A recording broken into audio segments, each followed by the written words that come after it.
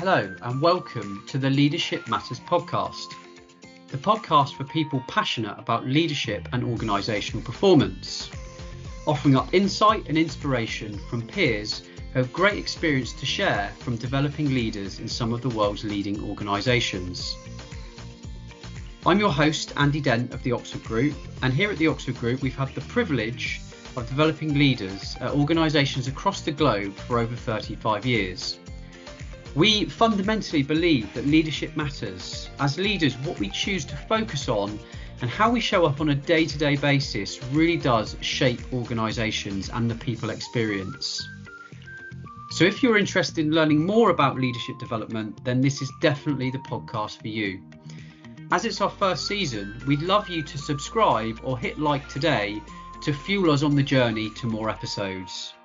So without further ado, let's dive into today's episode.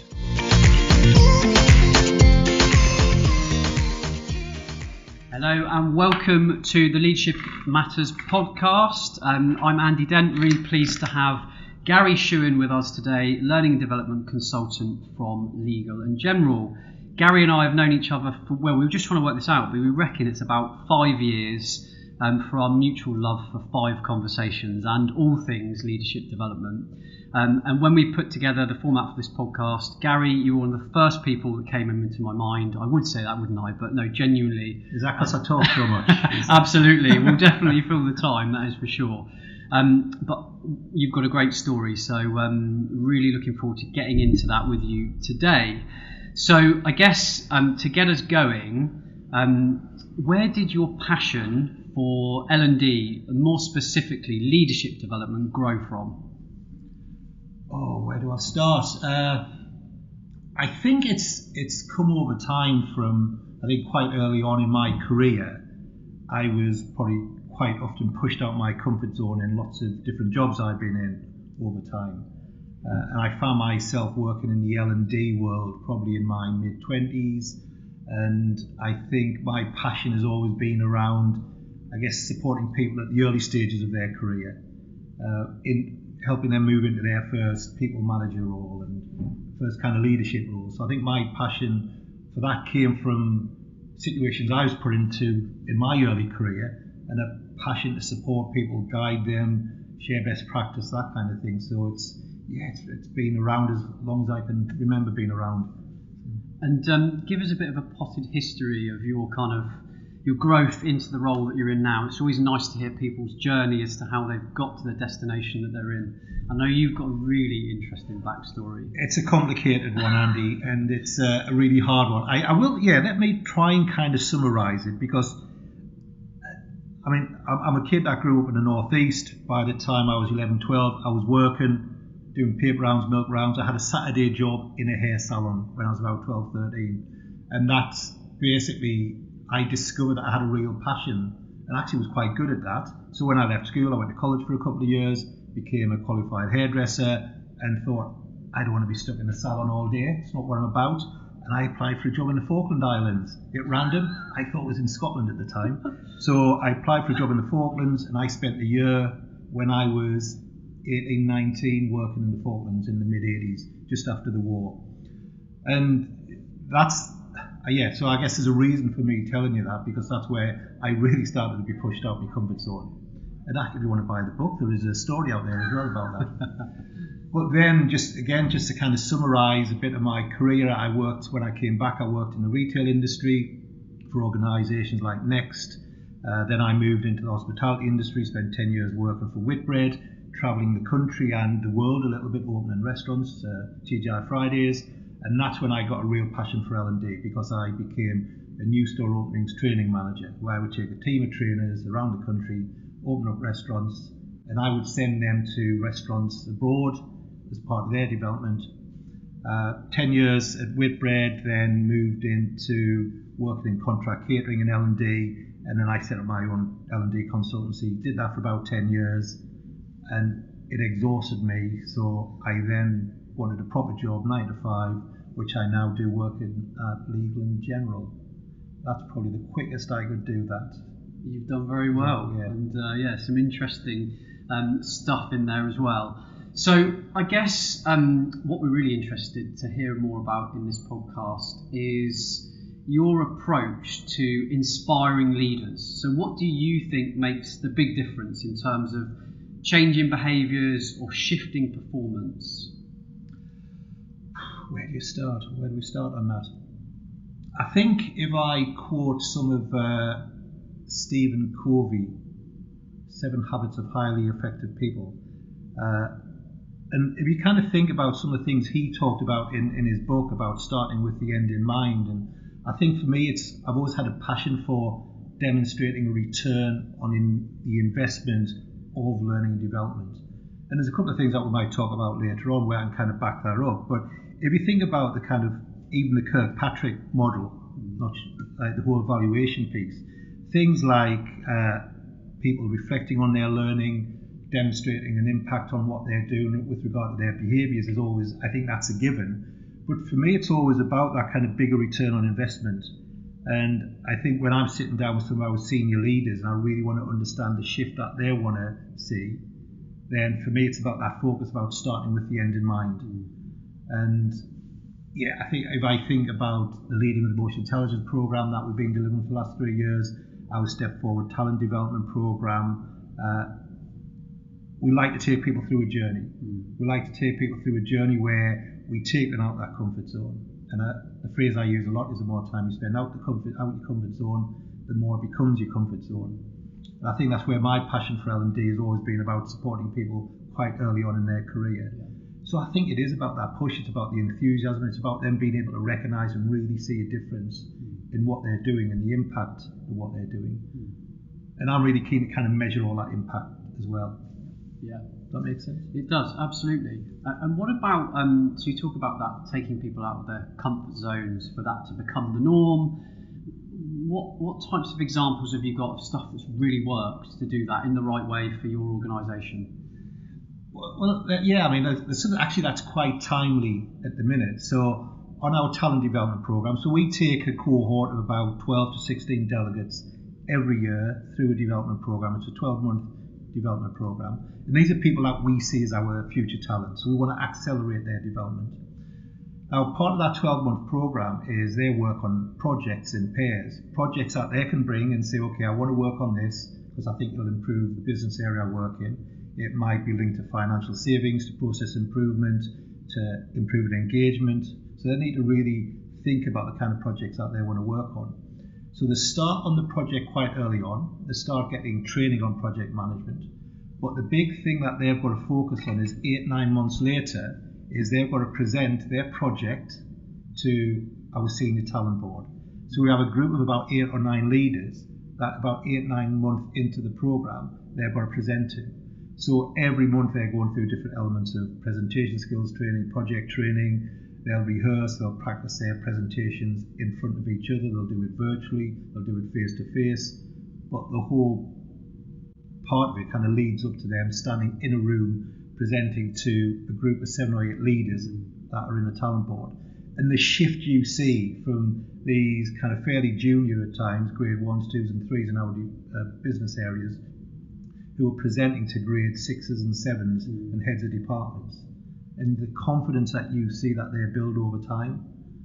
So is that kind of thing we talk about? Yeah, no, absolutely. It's a really good example of what we call real play. They're doing it for real, learning as they go. So, I love that phrase, real play, because we talk about we don't need to do role play. Let's kind of use real play. Absolutely. And one other thing that's always really interesting to me is digging into some of the tools that you've used, whether that's diagnostics or adventure training, or the stuff that's really maybe a little bit different and creates some real self-reflection in people.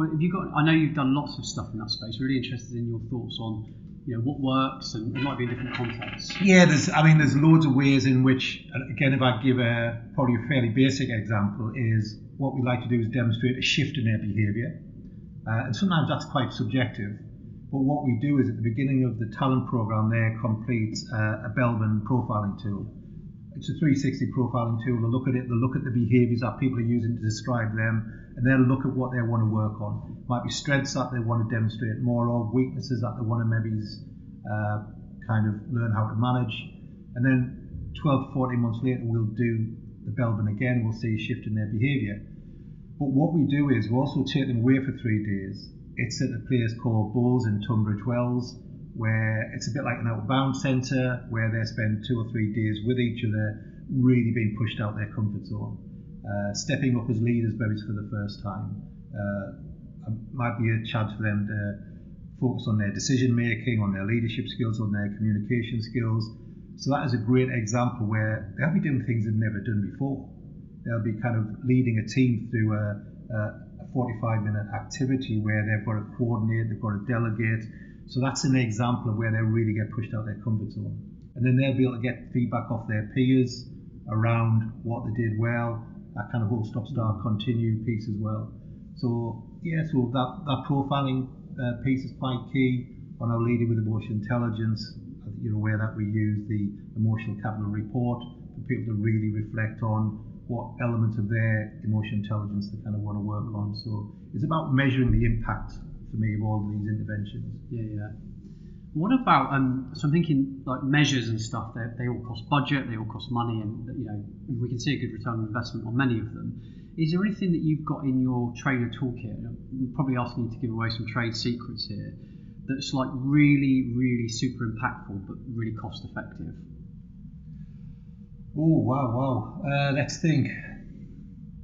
So I'll tell you what. I'll give you a moment to think, and I'll share one example I've got. In my bag, I've got this. They're like cards with images on, and I've literally they've travelled the world with me, and I literally use them to chuck all these different image cards out, and I use them in so many different ways by saying to people, right, how do you feel now about this activity? Yeah. What are you bringing into the room? Show me an image to use like metaphor, a metaphor for how they've grown on a program. And they in fact, they didn't cost me anything. When I was at ILM, I got given them for free, and I've literally used them so they're battered.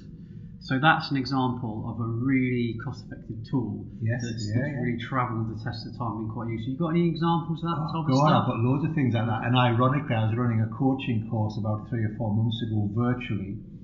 And what I do at the end, I show them a screen and I have all of these images like you've said. Yeah. Like I used to have postcards, and then quite often you'll say to people at the end of the program, can you just reflect on what you've got from today's session where you see your coaching skills.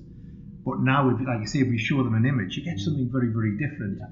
I ran a session the other day, and it was with a couple of teams who were just kind of working a little bit closer together. We wanted to build a little bit more trust, a little bit more intimacy as these two teams. And I've got these great little, similar to what you've said there, great little pack of cards where there's little conversation starters. So I give everybody a different card, and one card might be, if you could have any superpower, what would it be? What's the weirdest food you've ever eaten? If you had a yacht, what would you call it? Real random things. God, you find out so much about people. But I think there is so many activities that I've used. I'm always being called in the business, oh God, we've got an event. Do you have an icebreaker we can use? I've got hundreds of them. Getting to know you bingo, where you have everybody in a room. I did an event in a race course a couple of years ago for Legal & General.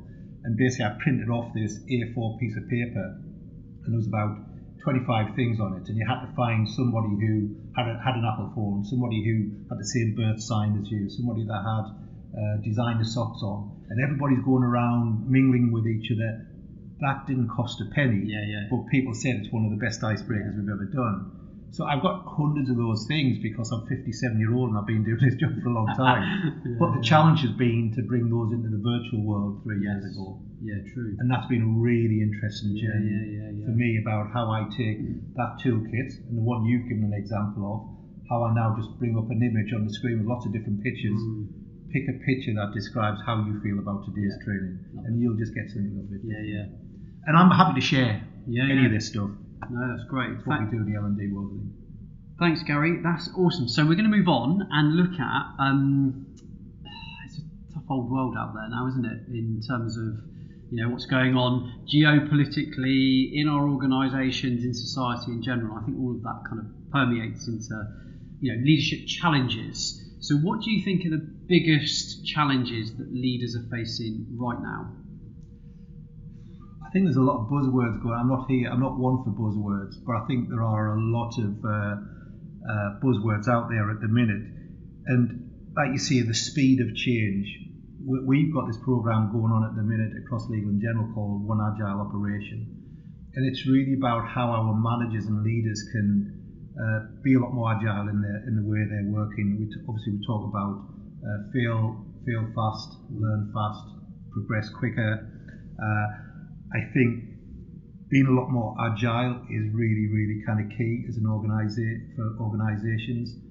And I think that's a really tough challenge, I think, for a lot of leaders and managers who are maybe not used to the kind of speed in which we're moving. I think the other phrase that's been used a lot is psychological safety. I think we need to create environments where people feel comfortable challenging things.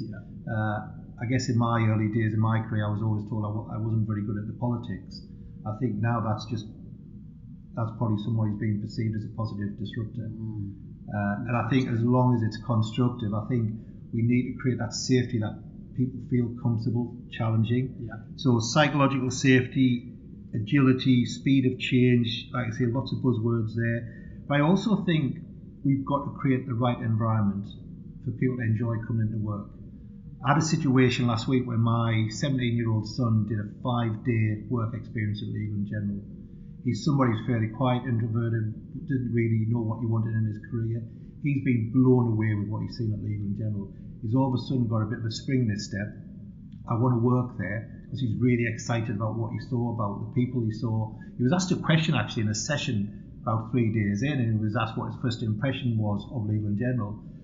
And he said, it's just really supportive, everybody really wants to help.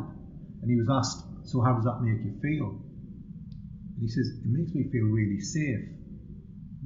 And when you talk about psychological safety, I got a bit of a lump in my throat when I thought we must be getting there as a business with that, because we can talk about psychological safety. My son wasn't prompted on any of this at all. He says, I feel safe. So that was, so I think all of those things. Again, I think the list is endless. That must be quite a proud moment for you, because I know how much your focus has been on creating psychological safety, and it's to see that come to fruition through your son must have been it is a real passion of mine, because I just think quite often we see people who challenge things as being disruptive, and I think as long as we do it in the right way, I think it can really accelerate. And if you think about the agile piece as well, for us to be really agile as an organisation, we need to create that psychological safety. Yeah, because if it's not there, with all the agility in the world, it's going to fall flat or hit something, or not going to really lead to any creativity. Can I give you another one? Go for it. Go, please. The other thing, and this is one of the passions I've always had in my role, is about the kind of the dynamics of a team. We talk about diversity, we talk about neurodiversity, we talk about so many different aspects of diversity, and I think for me, it comes in lots of different forms. But I think what we do in organisations, and I've got a couple of situations of projects I'm working on at the minute where quite often we'll stick 6 or 7 managers together as a team, and thereby have 80 direct reports below them. I use this kind of sport analogy. It's a bit like putting a football team together. Imagine you take 5 really good footballers, put them together and say, right, okay, we're going to be playing as a team next season in this particular league. Then all of a sudden you realise you've got no goalkeeper. You've got 5 really good players, but you've got no goalkeeper. And you might have 4 midfielders. I think what we do as an organisation, we will throw a group of people together and expect them to be a team. I did a session the other day with a group where we're kind of looking at their dynamics, and if you don't mind to stick with the sport analogy, it was a bit like having 4 Roy Keanes in the same team, where individually they were phenomenal managers, really good at what they do, but sticking 4 Roy Keanes together, and maybe he's not having a goalie, doesn't matter how good a footballer is, they're not going to be a well-balanced team. So I think that whole team bit for me is so key in an organisation, and I think we need to be a little bit more proactive when we put teams together, thinking about the individual skill set. And if we need to recruit another manager, let's bring somebody in that maybe fills a gap in the skill that team doesn't have. There's a lot of parallels to what you're talking about and what you've talked about earlier in the podcast to the Google Oxygen work. I don't know if you've seen that, but it's basically what makes an effective team. And its element, I think they started thinking, well, is an effective team made up as your 5 world-class coders, put them in a room together and that they'll be world class. Whereas actually, it's more things like psychological safety, it's structure and clarity, it's making sure the team roles are really well defined, and there's much more to it than that. But it just kind of, I just don't think we think it through enough in business. I think we can be a bit more proactive on that piece as well. Yeah, no, sure, it's super interesting. I'm just conscious of time. There's a few key things that I want to get through with you. So in terms of something that you think that every leader should listen to or watch in the multimedia that we've got access to nowadays, is there anything out there that you think's really useful? Oh my God, there's so many. I mean, I think about books, audio books, because I'm probably more of a listener than a reader. There's so many. I mean, 7 Habits of Highly Effective People. The one that I've recently read over the last 3 or 4 years, that's been a game changer. We spoke this morning and I said, I'm going on holiday tomorrow, I'm really on top of my inbox. And you're like, how did you do that? There's this book called Productivity Ninja. Don't know if you've heard of it. No. It is absolutely brilliant. And that's been a bit of a game changer for me, because I've learned that actually time management isn't a thing anymore. It's about attention management. And how you manage your attention, and I've become, for someone that's not naturally organised, I've become a lot more effective in managing my attention and being focused and being able to deliver on my priorities. So that was an audio book I used to listen about 3-4 years ago, driving to and from Cardiff. So that's been a bit of a game changer. Productivity Ninja. Right. Yeah. And on a personal level, what keeps you motivated and inspired? I love a project. At home, at work. I mean, you know some of the projects I've worked on from a work perspective, but I do love a project that has some kind of clear end goal. Even at home, I'm obsessed with, I love cooking, I love DIY. I never used to be good at DIY. I go onto YouTube, I've just built a bar in my back garden, quite a fancy, nice little bar. I redid my kitchen in the first lockdown. I could never have done that stuff years ago. But I have this mindset of learning. And cooking as well, I have a bit of an obsession for Indian food. And do you know Mowgli's restaurants? Have you heard of Mowgli's? No, I haven't, no. No, it's, well, the woman that set that up, what's her name again? Nisha somebody. I love reading her books, watching her recipes, and making Indian banquets. So banquets. I love learning. Well, I did make me and my partner an Indian meal the other week, and it was about 15 dishes. Ooh. So God, that must have taken ages. It lasted about 3 or 4 days, but yeah. So I just love a project in work or outside of work. Yeah. Okay, cool. And desert island leadership books. What are if you were stuck on a desert island, what would be your 3 reads that you take with you or keep with you? That is such a hard one. I kind of have a top 10, but yeah, the first one has got to be How to Win Friends and Influence People. Okay. When I was about 18, 19, I think it was when I came back from Falklands actually, my father gave me a book and he says, son, you need to read this. And my dad was an old school tailor. He used to work at, might have heard of Hepworth's, which then became Next. Yeah. So he was a tailor, and I always was blown away with his ability to kind of build rapport with people. And if you look at kind of the themes of How to Win Friends and Influence People, that book was written in 1936. And if you look at the topics, don't criticise, condemn or complain. Give honest and sincere appreciation. Again, if you think about the 5 conversations. Remember people's names, be a good listener, become genuinely interested in other people. It's stood the test of time. So that's my top one. And I think the others, it was hard to choose. Probably Chimp Paradox, Black Box Thinking, and 5 Conversations. Those are 3 other books that I really kind of struggled to decide what my top 3 are. So you've got a top 4 there. Yeah, wow, some good ones. Thank you. And in terms of future gazing, obviously the pace, we talked about pace and change and agility and all that jazz. If we future gaze 5 years down the track, what do you think are going to be the skills, behaviours and mindsets that are going to be really imperative to leaders in 5 years' time?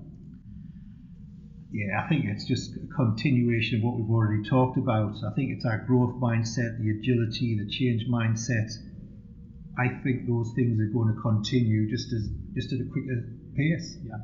And I think we just need to probably learn to be a little bit more proactive around change. But yeah, growth mindset, agility, and change mindset are the things that I think are going to be the key things going forward. Okay, so we have a tradition on this podcast which we borrowed from another well-known podcast where one of our previous guests leaves a question for future guests. So that question is, how can leaders navigate the ongoing challenge of uncertainty?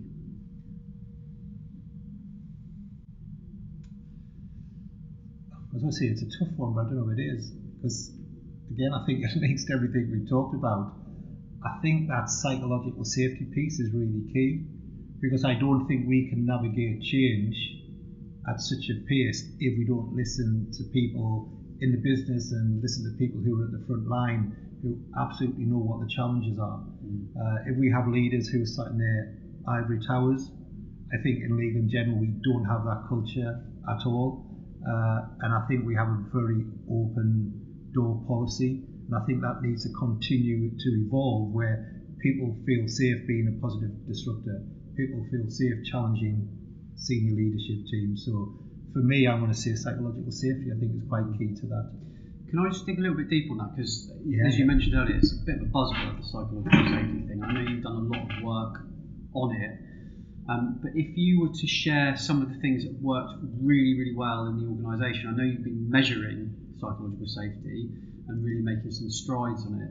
What would be the 2 or 3 key things that you would advise someone in a similar role in L&D, in learning and development, that are kind of thinking about how do I go about embedding psychological safety? What would be your kind of top 3? The first thing that comes to mind without even really needing to think it through is around getting buy-in from senior leaders. Senior leaders need to agree the whole principles of psychological safety, and I think we had a great example that I probably told this story before. About 2-3 years ago, we were running our 5 conversations leading the emotional intelligence program, and one of our senior leaders kind of shared something quite personal with a group of managers around some challenges he was having. All of a sudden, the floodgates opened because he demonstrated a little bit of vulnerability, and that kind of vulnerability then created an environment where that whole behaviour breeds behaviour piece, that other people felt comfortable sharing a little bit more. And then because people weren't judged on that, then I think it's had a real ripple effect. And we've seen it through our engagement scores. We actually ask a question in our engagement survey. I think it's every 3 or 4 months it goes out.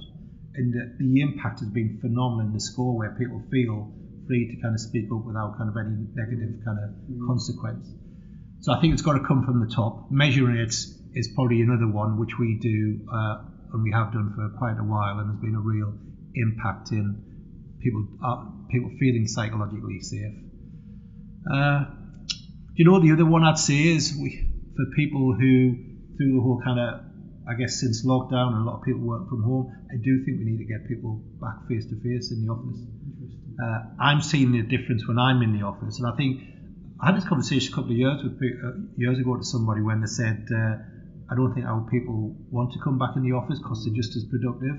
I said, I don't think it's about want, I think we need to get back in the office. So I think there's that challenge of getting people back face to face, because I just think it creates a very different environment to just communicating over Teams all the time. It's an interesting debate, that one, isn't it? And there's, I don't know if you've seen Malcolm. My views changed a lot in the last 2 or 3 years. Yeah, I know I haven't landed on my view on it. It's a bit messy and depends on organisations, but I was going to say, Malcolm Gladwell did an interview with Stephen Bartlett on Diary of a CEO podcast, and there's a really interesting take where he echoes some of the views that you've shared there about maybe people don't want it but they need it. An interesting debate, I think. Can I give a final point on that? Yeah, please. Because I have so many examples I could give, and they might sound fairly subjective, but on our Step Forward talent program that we run, we had a situation last year where the delegates hadn't met for 3 or 4 months. We'd meet up 2 days a month, but it was all over Microsoft Teams. It was okay. It was we try and make the sessions as interactive as we can. We try and kind of build trust between us. But then 4 or 5 months in, we went and spent 3 days away. The first night we got there, everybody was in different rooms. One group playing pool in one room, another group playing darts in another room, another group round a table. And I'm like, right, okay, this doesn't feel quite right.